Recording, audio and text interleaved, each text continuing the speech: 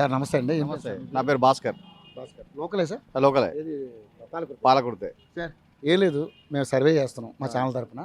ఇప్పుడు మరి తెలంగాణ రాష్ట్రంలో ఇప్పుడు కాంగ్రెస్ గవర్నమెంట్ అధికారంలోకి వచ్చి 2 ఏళ్ళు అవుతుంది, ఇంకా 3 ఏళ్ళ పరిపాలన ఉంది. సో మరి గత ప్రభుత్వం ఏదైతే బీఆర్ఎస్ ప్రభుత్వం 10 ఏళ్ళు పరిపాలించిన తీరు కానీ, ఇప్పుడు ఈ 2 ఏళ్ళు వీళ్ళు పరిపాలిస్తున్నాడు తీరు కానీ ఏ విధంగా ఉంది? డెవలప్మెంట్స్ కార్యక్రమాలు ఏదో జరుగుతున్నాయి. ముఖ్యంగా మీ ఎమ్మెల్యే అశ్విని రెడ్డి గారు అండ్ జానసి రెడ్డి గారు ఎమ్మెల్యేగా ఇక్కడ చేస్తున్నటువంటి అభివృద్ధి ఏంటి? పథకాలన్నీ కాంగ్రెస్ పార్టీ నుంచి అన్నీ అందుతున్నాయా ఏంటి? మీ అభిప్రాయం ఏంటి?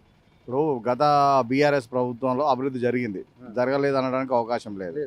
ఎందుకంటే వాళ్ళు డెవలప్మెంట్ చేసారు, డెవలప్మెంట్ మన కళ్ళ ముందు కనపడుతుంది. చేసారు, వాళ్ళు డెవలప్మెంట్ చేయాలంటే ప్రజా వ్యతిరేక డెవలప్మెంట్ అంటే వాళ్ళు రోడ్డు ఇంప్లిమెంటేషన్ చేసారు. ఇప్పుడు రోడ్డు డెవలప్మెంట్, లైటింగ్ సిస్టమ్ కానీ చాలా అభివృద్ధి కార్యక్రమాలు చేశారు. దయాకర్రావు గారు అబ్బాయి పని చేయలేదు, మనలే పని చేసిండు. కాకపోతే ఏంటంటే వాళ్ళ దగ్గర ఉన్న కింది స్థాయి కార్యకర్తల వల్ల ఓవర్ యాక్షన్ వల్లనే గతంలో దయాకర్రావు ఓడిపోవడం జరిగింది. మేడం గారు గెలిచిరు, 2 years అవుతుంది. ఆమె కొత్త నాయకత్వం కాబట్టి ప్రజలు ఆశించిన స్థాయిలో పర్ఫార్మెన్స్ చేయలేకపోతారు. ఎందుకంటే సొంత పార్టీ కార్యకర్తలను గుర్తించడంలో ఆమె కొంచెం వెనుకబడ్డట్టు అనిపిస్తుంది. పార్టీ కార్యక్రమాలు ఇంకా చురుగ్గా చేయాల్సిన అవసరం ఉంది కదా. అంటే ఇప్పుడు టీఆర్ఎస్ పార్టీ అనేది ఈక్వల్ టు టీడీపీ నుంచి వచ్చిన క్యాడరే ఉంది వాళ్ళ దగ్గర. బీఆర్ఎస్ పార్టీలో వాళ్ళ సొంత క్యాడర్ ఏం లేదు. వాళ్ళు దయాకర్రావు టీడీపీ, కేసీఆర్ టీడీపీ, వీళ్ళంతా టీడీపీ సభ్యులే కాబట్టి ఈక్వల్ టు టీడీపీ. టీడీపీలో క్రమశిక్షణ ఉంటుంది కాబట్టి అదే డిసిప్లిన్ ప్రకారం ఇప్పుడు రాజకీయం చేస్తారు. వాళ్ళకి ఏంటంటే కార్యకర్తలను ఎట్లా కాపాడుకోవాలనేది టీఆర్ఎస్లో నేర్చుకోవాలి. చాలా కాపాడుకుంటారు వాళ్ళు. పార్టీ క్యాడర్ కాపాడుకోవడంలో టీడీపీ కానీ టీఆర్ఎస్ కానీ ఎప్పుడు ముందుంటారు. ఏంటంటే కింది క్యాడరు కొంతని ప్రజలు ఇబ్బంది పెట్టడం వల్లనే బీఆర్ఎస్ ఓడిపోవడం జరిగింది. ఇప్పుడు వాళ్ళ ఓట్ బ్యాంక్ వాళ్ళకు ఉంది, ఎక్కడికి పోలే. వాళ్ళు రానున్న ఇప్పుడు వాళ్ళు ఏంటంటే ఇప్పుడు మళ్ళీ వాళ్ళ కమ్ టు బ్యాక్ ఎట్లా మనం మళ్ళీ అధికారంలోకి రావాలనే ఉద్దేశమే దృష్టి పెట్టి వాళ్ళ యొక్క కార్యక్రమాలు చేసుకుంటూ వస్తారు. కాంగ్రెస్ పార్టీ ఈ 2 yearsలో ప్రజలకు కొన్ని చేసింది. సన్న బియ్యం కానీ, ఉచిత విద్యుత్ కానీ, ఇందిరమ్మ ఇళ్ళు కానీ కార్యక్రమాలు చేస్తారు పై లెవెల్. అది కింది స్థాయిలో ప్రజలకు అందుతుందా లేదా అనేది దాని మీద మానిటరింగ్ లేదు. ప్రజల సమస్యలు మా నియోజకవర్గంలో కొంతమందికి వచ్చినాయి. ఇందిరా ఇచ్చారండి, ఇచ్చినంత మాత్రాన సరిపోదు. ప్రజా సమస్య మీద దృష్టి పెట్టాలి. ప్రజలను కలవాలండి. మొన్న ఎలక్షన్లో మేము కాంగ్రెస్ పార్టీ సర్పంచ్ ఓడిపోయినాం. ఓడిపోయిన కారణాలు మనం విశ్లేషించుకోవాలి. ఎందుకు అలా ఓడిపోయినావు, దేనికి కారణం? నేను పోటీ చేయలేదు, పోటీ చేసినా ఓడిపోయింది. ఓటమి గల మనం దాన్ని సమీక్షించుకోవాలి కదా. సమీక్షించుకుంటే ఏదన్నా ఇప్పుడు పొరపాటు జరిగింది అనుకో, ఆ పొరపాటుని సమీక్షించుకొని ముందుకు పోయినప్పుడే మనం ఆ సమస్యను గుర్తించగలుగుతాం. అన్నీ నాకే తెలుసు అనుకున్నప్పుడు ఏం తెలుసు? తప్పు కదా. ఇప్పుడు బావిలో కప్పు ఉంటుంది, కప్ప బావిలో ఉండేమనుకుంటుంది, ఇదే మా పెద్ద సముద్రం అనుకుంటుంది. కాబట్టి అది కాదు. దాని నుంచి బయటపడ్డ నాడే మళ్ళీ మనం గెలవడానికి అవకాశం ఉంటుంది తప్ప ఈ ఏదో నలుగురు ఆడ చేరి ఏదో కోటర్ లెక్క చేరి మేడం అంతా బాగానే ఉంది, అయిపోయింది, మనమే గెలుస్తాం అనేది తప్పు ముచ్చట. డబ్బులు అనేది సెకండరీ. ప్రజాబలం లేని ఏ పార్టీ గెలవదు. పార్టీకి కార్యకర్తలే పునాది. ఇంటికి పునాది ఎట్లనో పార్టీ కార్యకర్తలు కార్యకర్తలు లేని ఏ పార్టీ కూడా రేపు గెలవదు. రానున్న ఎలక్షన్లో మళ్ళీ గెలవాలంటే మాత్రం కార్యకర్తల దగ్గరికి లీడర్లు రావాలి. వచ్చినప్పుడు మాత్రం అది సాధ్యమవుతుంది. అంతే. మరి యశస్విని రెడ్డి గారు కానీ, జానసి రెడ్డి గారు కానీ వాళ్ళ సొంత నిధులు ఖర్చు పెట్టి కొంత డెవలప్ చేశారని అంటున్నారు. ఇక్కడ ఇప్పుడు సొంత నిధులు డెవలప్మెంట్ జరిగిందనేది వాళ్ళు సరే ఎలక్షన్ల ముందు వాళ్ళు చెప్పిన మాట వాస్తవం.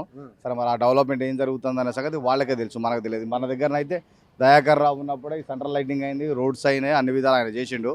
చాలా వరకు స్కూల్ బిల్డింగ్స్ కానీ చేసిండు. ప్రజల సమస్యలు కూడా చాలా స్పందిస్తారు ఆయన. ఇప్పుడు ఆయన స్పందన ఎట్లుంటుందని నన్ను అడుగుడు కాదు.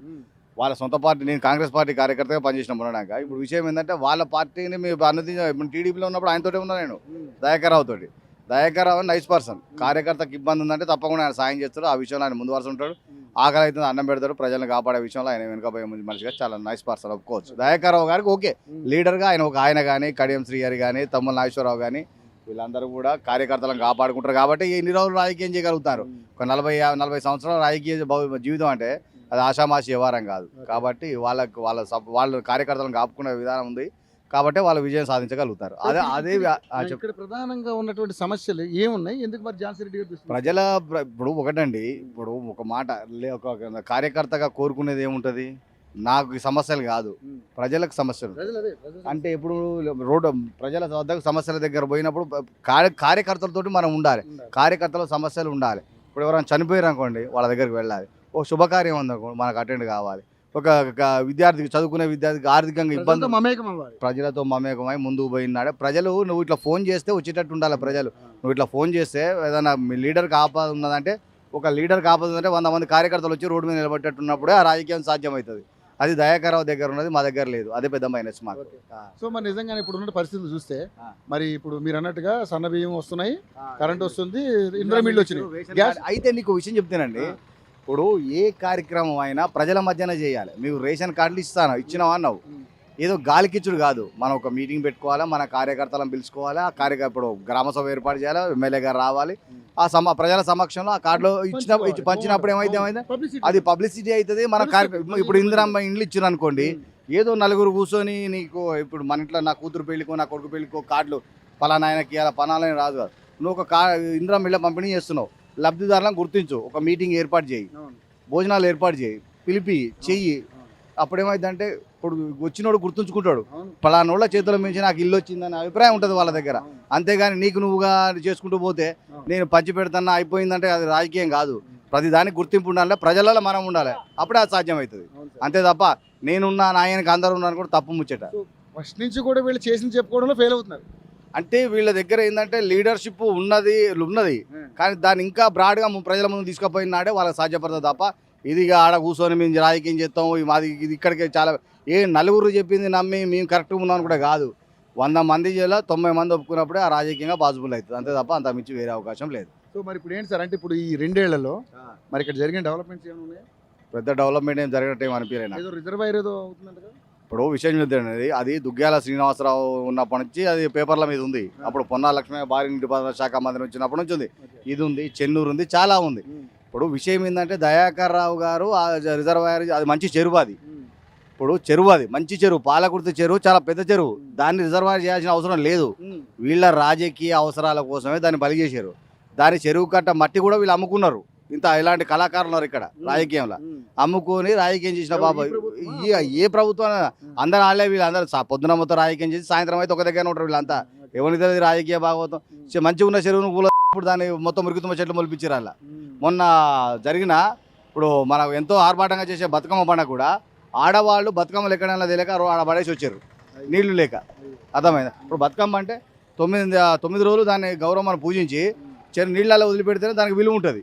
అలాంటి బతుకమ్మకు ఈసారి చెరువులో నీళ్లు లేకుండా 2 times 3 times అవుతుంది. ఇప్పుడు అట్లా ఆడ బండల మీద వదిలేసి వచ్చారు గాలికి. కాబట్టి ఆ సమస్య మేజర్గా ఉంది.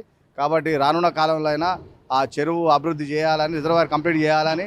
ఇంకొకటి విషయం ఏంటంటే ఇప్పుడు గన్పూర్ రోడ్లో రోడ్డు ఉంటుంది మనకి. ఈ రిజర్వాయర్ బ్యాక్ వాటర్ మొత్తం ఇటు వస్తుంది. అక్కడ మనకు టెంపుల్ ఉంటుంది.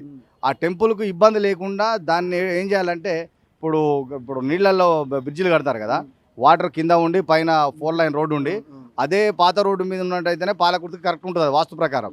ఇప్పుడు ఉన్న రోడ్డు, ఇప్పుడు గన్పూర్ పోయే రోడ్డు ఉందా మీరు చూడండి, ఆ గన్పూర్ రోడ్డే పాలకుర్తికి వాస్తు ఉంటుంది. కాబట్టి ఆ రోడ్డుని డిస్టర్బ్ చేయకుండా కొన్ని రోజులు దారి మళ్లించిన సరి అయిన వంతెన కట్టి 1 కిలోమీటర్ కానీ 2 కిలోమీటర్ కానీ వాటర్లో 4 lane రోడ్డు కట్టి ప్రజలకు పర్యాటక కేంద్రంగా అభివృద్ధి చేయాలని మనస్ఫూర్తిగా కోరుకుంటున్నాను.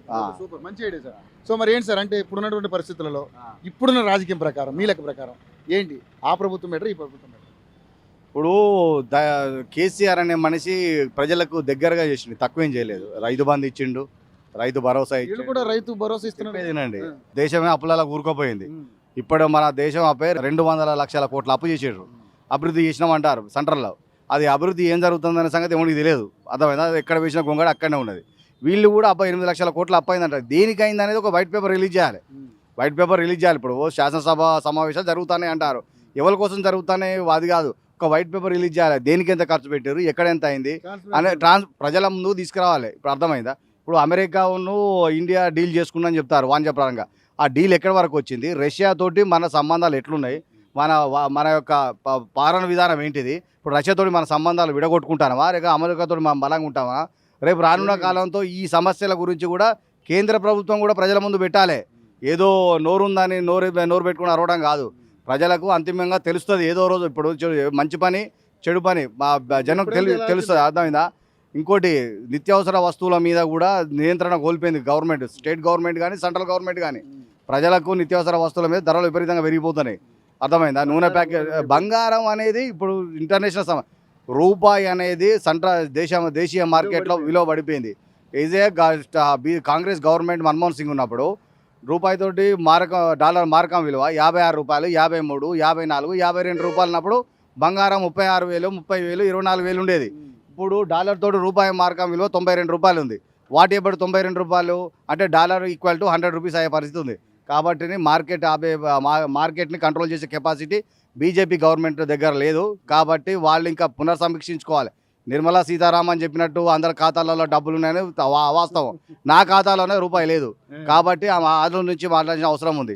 నోటి అడగా వన్ సైడ్ మాకు మెజార్టీ ఉంది, మా ఇష్టం వచ్చినట్టు మాట్లాడదామంటే ప్రజలు ఎన్ని రోజులు ఊకోరు. మంచి వాళ్ళే విషయం ఏంటంటే మంచి లీడర్లే ఈ భూమిలో ఉన్నారు. ఇప్పుడు హిట్లర్ కానీ ఇంకా చాలా మంది మా ఇట్లా వన్ సైడ్ పోయిన వాళ్ళందరూ భూమిలో ఉన్నారు. కాబట్టి ఇప్పటికైనా గుర్తెరిగి గవర్నమెంట్ బీజేపీ వన్ సైడ్ పోవాల్సిన అవసరం లేదు. కాంగ్రెస్ ప్రభుత్వం కూడా రుణమాఫీ చేసే అంటుంది. వడ్లకి 100 విషయం ఏంటంటే రుణమాఫీ చేశారు కాదని నేను అనట్లేదు. రుణమాఫీ చేసిరు అంటాను బాగానే ఉంది. ఇంకా ప్రజలకు ఇప్పుడు రుణమాఫీ చేసిన నాడు ప్రజలకి మీటింగ్లు పెట్టి చెప్పాలి. రైతు సమస్యల మీద రైతు వేదికలు ఉన్నాయి. రైతులను కూర్చోబెట్టి దాని గురించి మాట్లాడాలి. ఏ రైతుకు జరిగింది రుణమాఫీ, ఎవరెవరు ఉన్నారు అలా, అసలైన రైతుకు జరిగిందా లేదా అనేది మాట్లాడినప్పుడే అది అంతిమంగా రైతులకు చేరుతుంది. నువ్వు ఎక్కడ హైదరాబాద్లో రుణమాఫీ జరిగిందంటే పాలకుర్తులు ఉన్నోడు పట్టించుకుంటాడో లేడు. ఈడ రైతుల గురించి మాట్లాడేటోళ్ళు కావాలి. అసలు ఒకటి రైతు సమస్య మీద మాట్లాడినప్పుడు రైతులతోనే మాట్లాడాలి. అది విద్యార్థులతో మాట్లాడాలి. ఇప్పుడు ఎలక్షన్ మీటింగ్ అంటే అందరూ వస్తారు, అప్పుడు రావచ్చు, ఎవడైనా రావచ్చు. ఇప్పుడు రైతుకు మీరు రుణమాఫీ జరిగిందా రైతులను పిలిపించుకోవాలి, క్యాంప్ ఆఫీస్ పిలిపించుకోవాలి, మాట్లాడాలి. ఇంకెవరు ఉన్నారా మిగిలిపోయిన ఉన్నారా మాట్లాడి వాళ్ళకి న్యాయం చేసే విధంగా మాట్లాడినప్పుడే అది న్యాయం జరిగినట్టు. నువ్వు రుణమాఫీ జరిగిందని అక్కడ చెప్తాను, మరి ఇక్కడ నాకు జరగలేదని మొదలు పెడతారు. కాబట్టి ప్రజల మధ్యన గవర్నమెంట్ మధ్యన గ్యాప్ లేకుండా చేయాల్సిన అవసరం. ఇప్పుడు ఎవరైతే పాలకులు ఉన్నారో రాష్ట్ర ముఖ్యమంత్రి కావచ్చు, పిసిసి అధ్యక్షుడు కావచ్చు, ఈ నియోజకవర్గం మీద ప్రత్యేక దృష్టి పెట్టి తేనే రానున్న కాలంలో గెలవడానికి అవకాశం ఉంటుంది. లేకపోతే మాత్రం తర్వాత వాళ్ళ ఇష్టం, మాకు సంబంధం లేదు దాంట్లో. అది ఎందుకంటే రాష్ట్ర ముఖ్యమంత్రి గారు కానీ పిసిసి అధ్యక్షుడు మహేష్ కుమార్ గౌడ్ కానీ తర్వాత ఉన్న వాళ్ళందరూ మాట్లాడితేనే కొలిక్కి వస్తుంది రాజకీయం. ఇప్పుడు వాళ్ళు చూసుకుంటారంటే ఎవరిది వాళ్ళు చూసుకున్న తర్వాత రాజకీయం ఎందుకు? కాబట్టి ప్రజల సమస్యలు కూడా పట్టించుకోవాలని కోరుకుంటాను. అందరూ మంచిగా ఉండాలని కోరుకుంటాను.